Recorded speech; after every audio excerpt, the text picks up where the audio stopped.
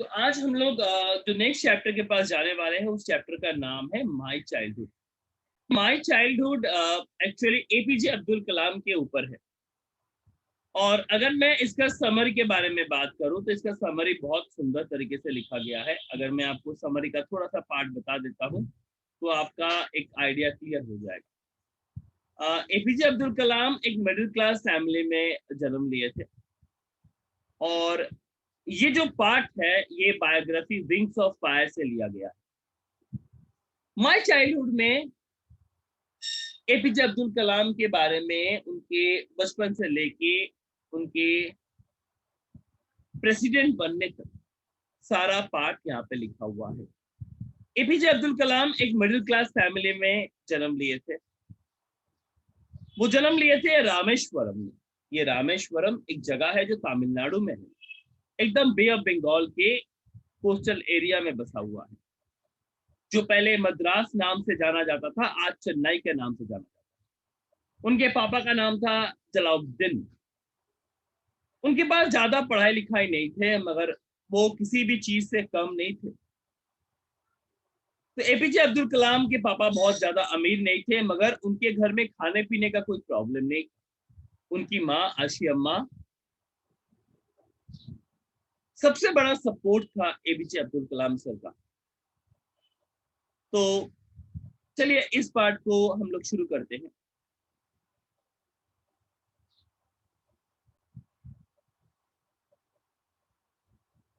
तो अगर इस पार्ट को देखें, हम लोग चैप्टर के अंदर चले जाते हैं। पहला स्टैंडा क्या बता रहा है कि एपीजे अब्दुल कलाम का जन्म हुआ था एक मिडिल क्लास फैमिली में, और वो था रामेश्वरम में। तो उनके फादर जो थे वो थे जलाउद्दीन।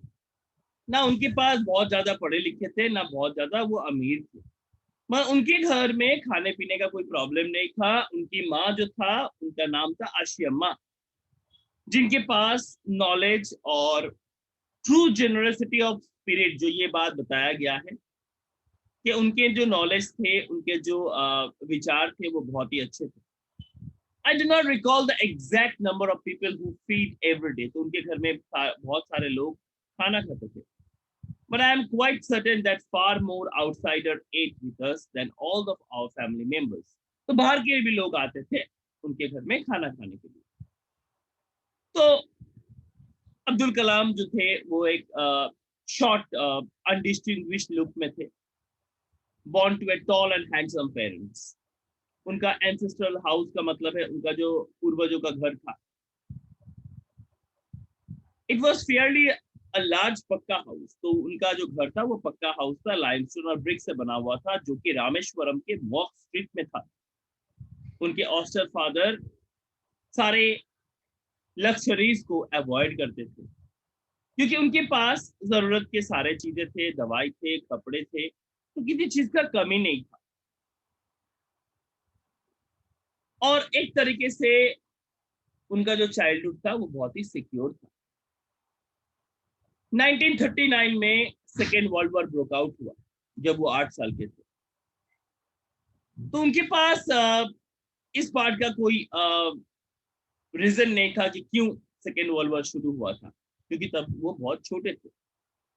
तब टर्मेंट सीड का जो मार्केट रिवोल्यूशन पार्ट था वो बढ़ गया है, और अब्दुल कलाम उन टर्मेंट सीड्स को कलेक्ट करके मॉक स्ट्रीट में बेचा करते थे। एक दिन में उनको एक आना मिल जाता था। उनके जो ब्रदर इन लॉ थे जलाउद्दीन, वो उनको दिनामन, जो एक पर्टिकुलरली बोल सकते हैं कि एक तरीके का पेपर है, जिस पेपर से पढ़ के वो उन्हें वर्ल्ड वॉर के स्टोरीज के बारे में बताते थे। नाउ पूरे इंडिया में तब इमरजेंसी का घोषित कर दिया गया, और सारे ट्रेन जो थे वो ट्रेन रामेश्वरम स्टेशन से रुकना बंद कर दिया।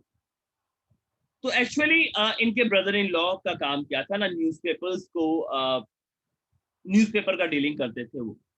अगर ट्रेन नहीं रुकेगा तो न्यूज़पेपर उतरेगा कैसे? तो रामेश्वरम स्टेशन में, जो कि ओल्ड स्टेशन था, उसका नाम था धनसुकुदा। तो ये यहाँ पे ट्रेन नहीं रुक रहा था, तो अब्दुल कलाम को रखा गया था कि वो स्टेशन के बाहर खड़े रहेंगे स्टेशन में, और पेपर जो ट्रेन से फेंका जाएगा उस पेपर को वो पकड़ेंगे और अपने ब्रदर इन लॉ का हेल्प करेंगे। और पहली बार वो अपना खुद का पैसा रोजगार करने में सक्षम हुए। So every child is born with some inherited characteristic in the specific social, economic, and emotional environment, trained in certain ways by the fear of authorities. तो ऑटोमेटिकली अगर हम लोग देखें कि तब के जमाने में हिंदू मुस्लिम का ऐसा कोई विवाद नहीं, और जिस स्कूल में अब्दुल कलाम जी पढ़ते थे उस स्कूल में बहुत सारे ब्राह्मण के लड़के पढ़ते थे। तो रामानंद शास्त्री, अरविंदम और शिव प्रकाशम और अब्दुल कलाम जी, ये तीनों बहुत गहरे दोस्त थे। ये तीनों एक ऑर्थोडॉक्स हिंदू फैमिली से बिलोंग करते थे। As a child none of us ever felt any difference among ourself. तो उनके अंदर कोई भेद विवाद नहीं था। और ये रामानंद शास्त्री, ये कौन थे ना? पक्षी लक्ष्मणन शास्त्री, जो कि रामेश्वरन टेम्पल के पुजारी थे, उनके बेटे थे। बाद में रामानंद शास्त्री भी उसी टेम्पल में काम करने लगे। तो अरविंदम ने अपना ट्रांसपोर्ट का बिजनेस कर लिया और शिव प्रकाशन ने साउथ ईस्टर्न रेलवे में कॉन्ट्रैक्टर का काम करने लगे। तो उनके गांव में रामा कल्याण सेरेमनी होता था, जहां पे बोट्स पे लॉर्ड राम का जो पार्ट था, राम और सीता का विवाह होता था, जो कि रामायण से इंस्पिरेटेड होते थे।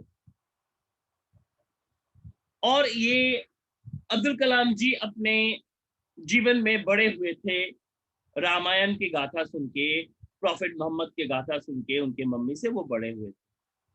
जब वो 5th स्टैंडर्ड में थे एलिमेंट्री स्कूल में, तब उनके वहां पे एक टीचर आया, जो टीचर अब्दुल कलाम जी को मार्क किए कि वो एक मुस्लिम है और वो एक ब्राह्मण के साथ बैठे हैं, तो उनको उठा के लास्ट बेंच पे बिठा दिया गया। इसके कारण से उनके दोस्तों के अंदर एक डाइवर्सिटी का पैदा हुआ और उनको बैक बेंच में बिठा दिया गया उनका टीचर। तो इससे रामानंद शास्त्री बहुत ज्यादा दुखी हुए, वो रोए और अपने पापा के पास गए। उनके पापा ने उस टीचर को बुलाया कि आपको कोई हक नहीं है, आपको कोई हक नहीं है कि आप बच्चों के अंदर इंटॉलरेंस, सोशल कम्युनिटी का भेदभाव आप बच्चों को सिखा रहे हैं। जबकि हमारे रामेश्वरम में जात बोल के कोई बात नहीं है। और उस यंग टीचर को वार्निंग दिया गया, अगर आप चाहते हैं कि सही तरीके से स्कूल में नौकरी करना, तो आपको क्षमा मांगना पड़ेगा। और उसने क्षमा मांगा, नहीं तो लक्ष्मण शास्त्री ने कहा था कि मैं आपको इस आइसलैंड से निकाल दूंगा। तो रामेश्वरम का जो जगह था, वहां पे सेग्रीगेशन नाम का कोई चीज नहीं था। उनके स्कूल में एक साइंस टीचर था जिसका नाम था सुब्रमण्यम अय्यर। ये भी एक ऑर्थोडॉक्स ब्राह्मण फैमिली से बिलोंग करते थे और इनकी बीवी बहुत ज्यादा कंजर्वेटिव थे। वो अपने सोशल बैरियर्स को ब्रेक करने के लिए they tried a lot of things. तो एक दिन सुब्रमण्यम अय्यर ने उनको अपने घर में बुलाया खाने के लिए, मगर उनकी बीवी बहुत ज्यादा गुस्सा हो गई कि एक मुस्लिम लड़का मेरे घर में बैठ के खाना खाएगा, वो भी मेरे किचन में, इम्पॉसिबल। तो मैं उसको खाना नहीं परोसूंगा। और सुब्रमण्यम अय्यर का बीवी बहुत ज्यादा गुस्सा हो गई। तो कोई बात नहीं, सुब्रमण्यम अय्यर ने अपने हाथों से अपने हाथों से अब्दुल कलाम जी को खाना परोस के खिलाया। और ये देखते हुए उनका बीवी का भी मन बदला, और ऑटोमेटिकली उनकी बीवी भी ये जो कास्टिज्म है, ये जो रेसिज्म है, इसको भुला के अब्दुल कलाम जी को अपना लिया। तब गांधी जी का नारा लग रहा था कि स्वराज चाहिए, स्वराज मतलब है अपना देश। क्विट इंडिया मूवमेंट तब चल रहा था, 1942 का समय था।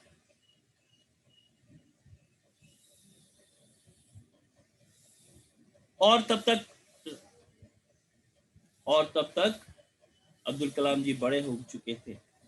अब वो अपने हायर स्टडीज के लिए रामानंतपुरम जाने वाले थे।